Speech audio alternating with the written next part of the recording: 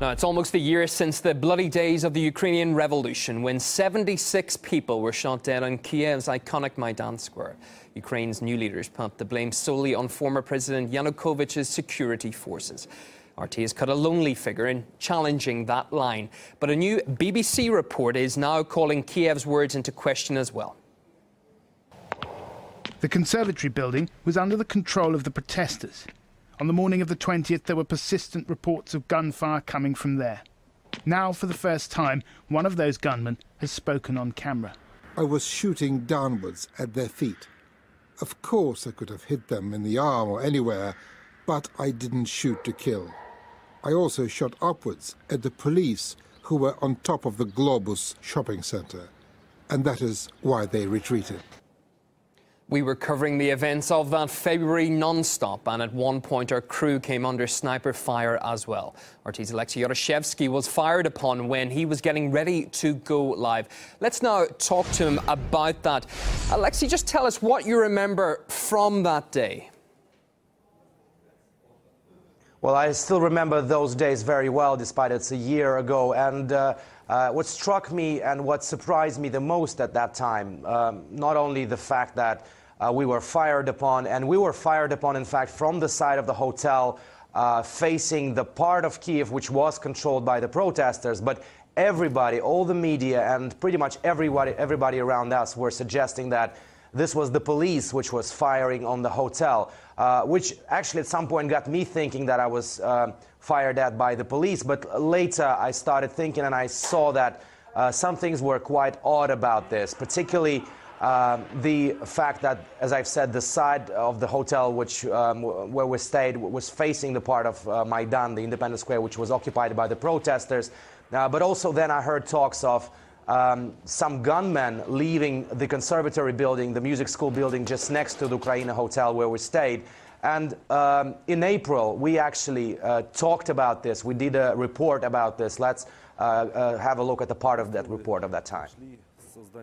This is Hotel Ukraina. Our room is over here on the 6th floor, and this is the aforementioned conservatory building. The bullet's trajectory and the angle at which it hit our room clearly suggests that the bullet was fired from the rooftop over there, the building on the corner of Maidan, and according to the SBU chief, it was controlled by the Maidan self-defense force at that time. It is indeed pleasant that the company like BBC is doing this investigation now and found one of the shooters who was operating from the conservatory building. But then again, we spoke about this through the whole year and nothing much was done. The case is still being investigated. There's no breakthrough.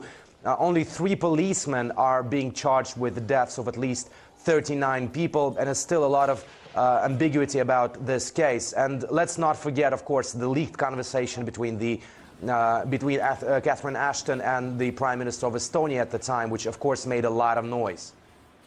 There is now stronger and stronger understanding that behind snipers, it was not Yanukovych, but it was somebody from the new coalition.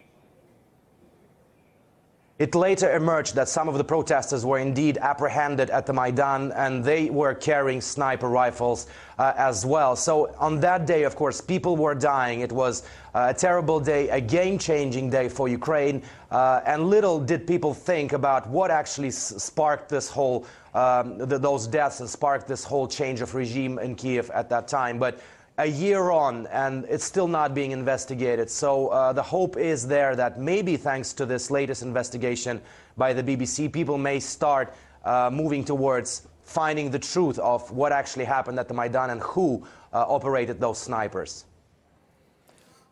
Giving you a first-hand account of the time in Kiev now a year ago. That's Alexei Yaroshevsky speaking to us from New York. Thank you for that, Alexei.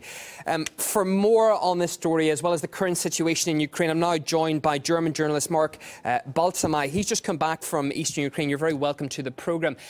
Let's focus on that new BBC report first. The majority of Western media outlets painted a different picture back in February last year, largely blaming the police for the violence on Maidan. Are you now surprised by the U-turn?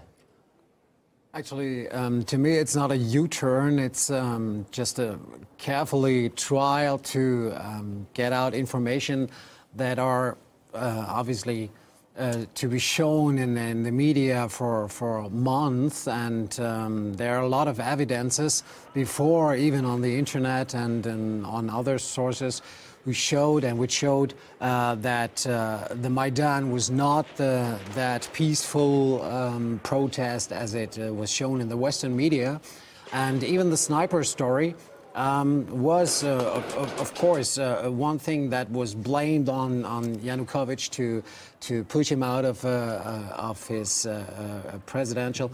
But there were a lot of documentaries right now and in the past which showed that nothing could be true, only that the Berkut was firing, because a lot of people, eyewitnesses, have seen that there were things going on that were really strange, and there was so many tons of video material that shows from different angles that they were shooting from places that could not be the Berkuts, and even all the Maidan was a staged coup, and it was a staged scene, and so I think it's the BBC right now is starting to, well, we cannot hide it anymore, so let's try to be maybe the first to show that we are the real media who are showing the truth, because they are running deeper and deeper into their lies in the Western media, and now they cannot hide the truth anymore. Let's talk a little bit about your experience in East Ukraine. Now, of course, we've seen violence coming from both sides, that's a given, but who, in your view, is behind the majority of attacks on civilians in East Ukraine? In my view, so I lived there for many months, and right now I came back, and we had yesterday in the night we had heavy shelling again in the center of the city. I'm living in the center of the city, and in Donetsk, and when you go to the spots and look at the rockets that are lying there and at the craters of the shells, you can easily imagine where the shelling is coming from. So this is first, and second is we have never witnessed and never seen that rebels units, where we were together with them, were shooting on civilian targets. They are out of the cities. They're more closer to the edges of the cities, closer to the front lines, and we never witnessed it. And for us, it's clear that the Ukrainian artillery is shooting into the cities with everything they have, with Grad, Uragan, howitzers, and whatsoever. And it follows a special tactics. It's the tactic to set the civilians under pressure, to break the morality, to break the support for the rebels and the opposition, and so for us it's clear that it's mostly the Ukrainians.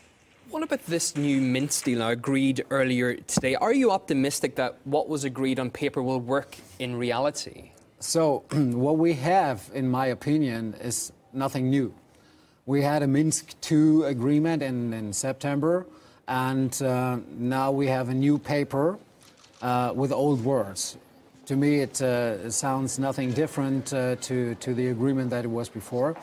And actually, we all know what happened to this agreement. It was not fulfilled, and it was, it was not worth the paper it was written on it. And it happened that the Ukrainians not pulled back their heavy weapons. They were shooting again and more. They were taking more attacks and more offensive actions. And so I'm skeptic about this agreement that this would work. It comes additionally, that the leaders, the Germans, the France, the Ukrainian leader, and even Russia, has not signed this document. So it's, to me, it's a paper. Yes, lots still to do, I think, was the agreement at the end of it as well. Yes. German journalist Mark Barthelmai, thank you very much. Coming in to us from eastern Ukraine, of course, where you've been working. Thanks very much for speaking to RT. Thank you.